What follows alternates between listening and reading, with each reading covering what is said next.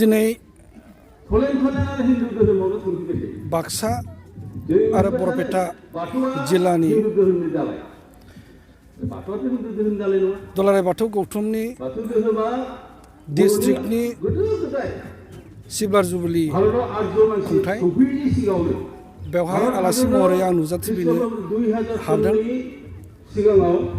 फैनानै आङो जोबोद गोजोनदों।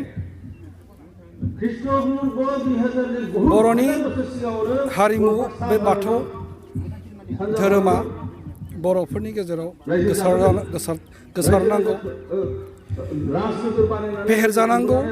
मानो होननानै बुङोब्ला बेयो बर'नि मोनसे हारिमु। बाथौ धोरोमा जोबोब्ला बेखौ नेवसियोब्ला बर'नि हारिमुवा, बर'नि खान्थि आसारखान्थिया जोबलांगोन। जों बेखौ बयबो फोथायनांगोन। दा जियानो जाथों मानो बेफोरबो मोनसे बर'खौ गोजौ थाखोआव लांनायनि, बर' हारिखौ सिनायथि होनायनि मोनसे राहा लामा। मोनसे जाथिहा राव थानांगोन, हारिमु थानांगोन। जाय हारिया राव हारिमु थायो, ट्रेडिसन थायो, बे हारियानो बुहुमाव गसंनानै थांनानै थानो हायो। दा बेखौ खालामनोनो बेजोंल' दिनै जागोन होननानै जों साननो हाया। बे जाथिनि गेजेराव गोबां जेंनाफोर दङ। राजखान्थियारि जेंना, बर'फोरनि गेजेराव बे राजखान्थियारि जेंनाया दिनै गोबाव जाबाय। जेंनाया समाधान जायाखै। बेखौ जेंनाखौ बोस्रांनो थाखाय दिनै बर'फोरनि गेजेराव मास पिपोलनि मोनसे आन्दलन जाबाय थादों। मास पिपोलनि मोनसे आन्दलनजों दिनै भारत सरकारजों बर'फोरनि गेजेराव थानाय दल संगठनफोरजों सावरायबाय थादों। बे सावरायनाया दिनै जाबोबाय थादों। दिनैनि थासारियाव जों दिनै बेबो बेसिमहालागै थिगमोन। बर'फोरनि आन्दलन, बर'नि जे खौसेथि सोमावसारनाय, बेबो थिगमोन दिनैनि थारिखआव। खिन्थु दिनै जोंनि बर'फोरनि गेजेराव बेबादि मोनसे गिदिर थाखोआव सफैनायनि उनावबो जोंनि बर'फ्रा भारत सरकारखौ नारसिननानै आलादा रायजो दानो हायैया बे जोंनि थाखाय बिराद दुखुनांथाव। जाथिनि थाखाय, हारिनि थाखाय बिराद मोनसे दुखुनांथाव बे दिनै जानानै फैदों। दिनै जोङो जोंनि सोमावसारनायनि गोहोजों भारत सरकारजों बे गोहोआ भारत सरकारजों सावरायनायनि मोनसे थासारिखौ मोनदोंमोन। बेखौ जों मोननायनि मोनसेल' उद्देश्यआनो जाबाय मा? जोंनि जि खौसे सोमावसारनाय बेयो मोनसे गोहो गोनां जादोंमोन। बेनि थाखायनो जों दिनै भारत सरकारजों सावरायनायखौ जों मोनदों। NDP-आबो दिनै सावरायबाय थादोंमोन। दुलाराय बर' फरायसा आरो बेजों लोब्बा थानाय माखासे दल संगठनफ्रा दिनै सावरायबाय थादोंमोन। बै सावरायनाया खिन्थु दिनैनि थारिखआव फेलें जानायनि मोनसे लामाथिं आवगायबायमोन। भारत सरकारा जोंजों खेबसे सावरायो, बिनि उनाव आरोबाव सावरायनाया दिनै जोबनानै थाङो। बेबायदि समाव दिनै जोंनि गेजेराव गोबां बेले-बेजे दिनै फैबाय। बेबायदि मोनसे बेले-बेजे जानायनि मोनसेल' खार'ना जाबाय जोंनि बर'फोरनि गेजेराव थानाय दैदेनगिरिफोरनि जिथुनाखि पलिसि स्ट्रेटेजि, बे पलिसि स्ट्रेटेजिया गोरोन्थिमोन। आरो दिनै बे गोरोन्थिनि थाखायनो जोङो दिनै बर'फ्रा बिनाय बे राजखान्थियारि जि मोनसे आलादा रायजो मोननांगौनि जि खामानि, बेखौ दिनै मावनो हायाखै। बेबायदि मोनसे परिस्थिति जानायनि उनाव गावनि गेजेराव गोरोबलायै जाहैबाय, सैलायलायै जाहैबाय, एरख'लायनो हायै एरख'लायनाय बेबायदि अबस्था दिनै जोङो मोनफैबाय। खिन्थु जोङो बिनि गेजेरावनो माखासे दिनै दैदेनगिरिफोर ओंखारबोबाय।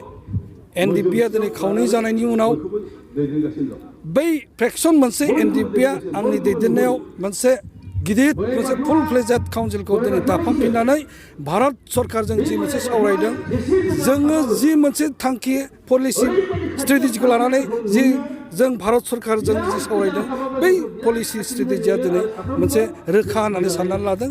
बेनिखायनो जोंनि आवगायनाया NDP जोंनि दैदेननायाव जि मोनसे सावरायनाय बे आवगायदों होननानै जों बुंगोन दिनै बे मोनसे जेंनाखौ जों दिनै बर'फोरनि जेंनाखौ जों फोजोबस्रांनो दिनै आखायाव लाबाय जों दिनै आवगायबोबाय आरो दिनै बे जेंनाया जोबाखै बेबादि मोनसे आवगायनाय समाव दिनै जोंनि बर'फोरनि गेजेराव थानाय दल संगठनफ्रा बेयो आंजोंसो जानांगौ बेयो आंजोंसो सुक्ति जानांगौ होननानै जि मोनसे दिनै बोरदों जि दैदेनगिरिफोरनि जि मोनसे आखल आखु दिनै बिथांमोना दिन्थिदों बेयो खिन्थु दिनै बर'फोरनि गेजेराव आरोबाव खैफोद लाबोगोन होननानै आं दिनै सानदों खारन दिनै बिथांमोना बेबायदि खालामनायनि मोनसेल' खारना जाबाय बे भुल निति दिनै बेबायदि मोनसे आवगायबाय थानाय बेबायदि मोनसे स्ट्रेटेजिक पलिसिखौ हेंथा होनो थाखाय दिनै आरोबाव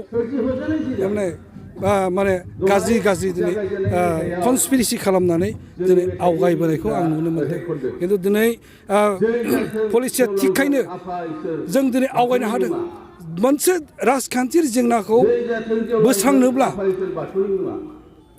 सरकारजों सावरायनो गोनां जायो बेनिखायनो जों सरकारजोंसो सावरायदोंमोन दिनै हाग्रामा महिलारि बिथांजों सावरायनायखौनो दिनै दायनिगिरि होननानै आंखौ सानदों बेयो दिनै राइट पलिसि दिनै बिटिसि सरकारजों सावरायदों स्टेट गभर्नमेन्टजों सावरायदों जोङो बिनि जेंनाफोरखौ बोस्रांनायनि जि मोनसे गोसो दिन्थिबाय जोंहा जेंना दं बे बाथ्राखौ बुंनानै लानो हानायनि उनावनो जोंनि सावरायनाया आवगायदों आरो आवगायनायखायनो जों दिनै बेबायदि मोनसे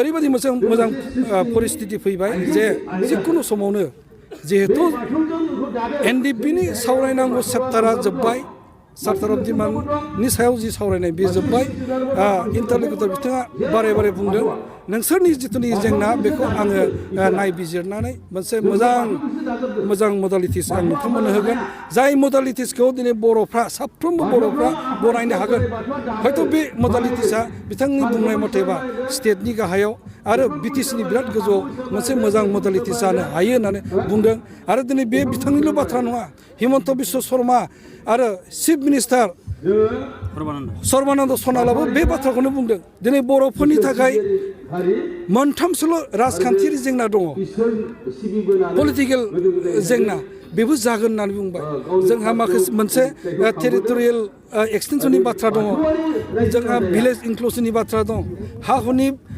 रैखाथि होनायनि बाथ्रा दङ जोंहा बाउन्डारि बोनो हायै माखासे सेक्रेटार जानानै थानाय बर' मानसि बा ट्राइबेल मानसिफोरनि बिसोरनि हा हुनि बिसोरनि रांखान्थि आरो दिनै जि मोनसे कनस्टिटिउसनेलि जि अधिकार बेयो बे मोनसे जेंना दङ बेफोरबो जागोन होननानै हिमन्त बिश्व शर्मायाबो बारे बुंनायनि उनाव आरो बेखौ जोङो आरो आलादा साननांगौनि बाथ्रा गैया बेबादिब्ला जों जिखुनु समावनो मोनसे मोजां जों एकर्ड बर'फोरनि गेजेराव जानानै थांगासिनो दङ आरो जों बेखौ जोङो नायनांगोन बेखौ जोङो बिसार खालामनो हानांगोन बेवहाय जों होंगो दोंगो जानानै होंगो दोंगो खालामनानै जोंनि जि मोनथाय जि अधिकार बेबादि बोथोराव बेबादि मोनसे मनग्लाबनाय बादि बोथोर जेराव माने जों बर'फोरखौ नासयनो नागिरदों गादबनो नागिरदों बे बुहुमनिफ्राय सिलिंखार खालामनो नागिरदों बेबायदि अबस्थायाव जोङो मोनसे मोजां मोनसे पलिटिकेल सेटआपनि गेजेरजों बर'फ्रा बेखौ लानानै थांनानै थानो जुदि नागिराब्ला जों बर'फ्रा आरोबाव हाखर सिङाव गोलैहैनायनि सम्भाबना दङ जिहेतु इलेक्सनाबो खाथि आरो गोसो जायोब्ला भारत सरकारा आसाम सरकारा इलेक्सननि सिगांखौ खालामनो हायो बे मोनसे परिबेसा दङ जों बारे बुंदों इलेक्सननि सिगां जानांगौ बेनिखायनो आरो बे इलेक्सननि सिगां जानायनि सम्भाबनायानो बांसिन दङ खारन इलेक्सननि उनाव बेयो मोनसे जेबो मोनसे गोनांथि जाहैनाय नङा बेथ' दिनैनि तारिखाव जि मोनसे निउस फ्लास जाबाय आसामाव मोनब्रै NDP फेक्सन जानानै थानाय जाय फेक्सनाव दिनै हाग्रायावनो दंबाय थायोमोन नांबाय थादोंमोन बिथांमोनाबो दिनै भारत सरकारजों सावरायनो थाखाय आरो बे पिस प्रसेसआव सामिल जानो बिथांमोना सामिल जानो होननानैनो फैदों आरो जिहेतु जोंनि जेंनाया एखे बर'फोरनि जेंनाया एखे एनडिपिनि जेंनाया जिहेतु एखे आरो दिनैनि थारिखआव बे मोनसे परिस्थितिया दिनै थोनदों जोंखौ जों भारत सरकारजों सावरायबाय थानाय समाव जोंनो जाय मानसिखौ इन्टारलिकुटर हिसाबै जोंनो होदों बिथाङा बारे बारे दायित्व लानो होदोंमोन जे हाग्रायाव थानाय बिथांमोनखौबो लानानै फैदो नोंथांमोननि जि इसु बेयो वान्स फर अल खेबसेयावनो जानानै थाङो जेंना जाहाथे थाया आरोबाव फ्रेक्सन मोनसे थायोब्ला जेंना फैगोन होननानै बुंबाय थानायाव जोङो बेबायदिनो सिं सा गोबां नाजानायनि गेजेरजों मोनसे परिस्थिति सृष्टि खालामदों दा बे मोनसे चेलेन्जेसमोन बिथांमोनखौ बोरै लाबोनो हायो बेवहाय दिनै भारत सरकारनि नाजानाय आसाम सरकारनि नाजानाय दल संगठननि नाजानाय जोंनि नाजानायनि गेजेरजों दिनै बिथांमोनाबो मोनसे मोजां डिसिसन लानो हाबाय बे डिसिसना दिनै बिराद कारेक्ट होननानै सानदों बिथांमोन फैनायखौ आं गोसो गोथारै वेलकाम खालामो गोसो गोथारै बरायो